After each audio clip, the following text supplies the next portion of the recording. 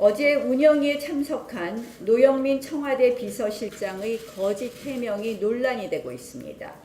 지난 6월 문재인 정부가 강제징용 배상 판결 후속 조치로 일본 측의 이른바 1+1 안을 제시했을 당시 피해자의 합의가 있었다라는 취지의 답변을 어제 했습니다.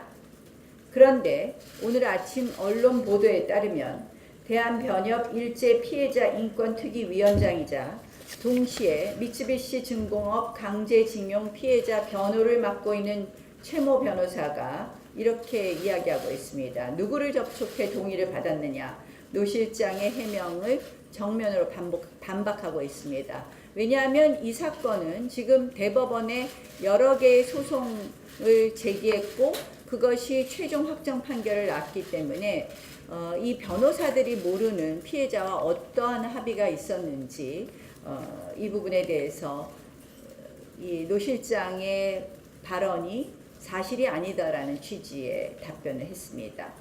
사실상 지금 노 실장이 대국민 거짓말을 한 셈이 됩니다. 왜 그랬을까? 저는 바로 이것이 적폐청산의 트라우마라고 생각을 합니다. 문재인 정권 출범 직후에 위안부 합의 파기했습니다. 그 논거가 피해자가 동의하지 않았다였습니다. 그런데 강제징용 배상 판결로 한일 관계 파탄이 예상되자 결국 G20를 앞두고 부랴부랴 제시한 것이 바로 1+1 안이었습니다. 즉 한일 기업이 재단에 출연해 배상하자는 안이었습니다.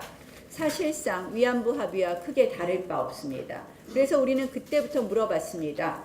위안부 합의를 비난했던 이 정권이 이번에는 피해자 합의를 받고 했느냐라고 물어봤습니다.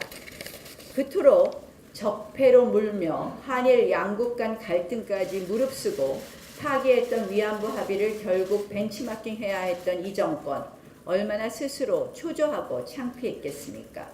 결국 거짓말을 지어내야 하는 지경에 다다른 것입니다. 이 강제징용 배상 판결 이 부분에 대해서는 그래서 저희가 계속해서 사실관계 확인을 더 하겠습니다. 그런데 이미 드러난 것처럼 피해자를 대리했던 변호사와도 아무런 접촉이 없었다면 당연히 피해자도 아무런 접촉이 없었다는 것이 드러난 것입니다. 앞으로 저희는 이 부분에 대해서 피해자와의 의사를 확인해 가는 과정을 계속하겠다는 말씀을 드립니다.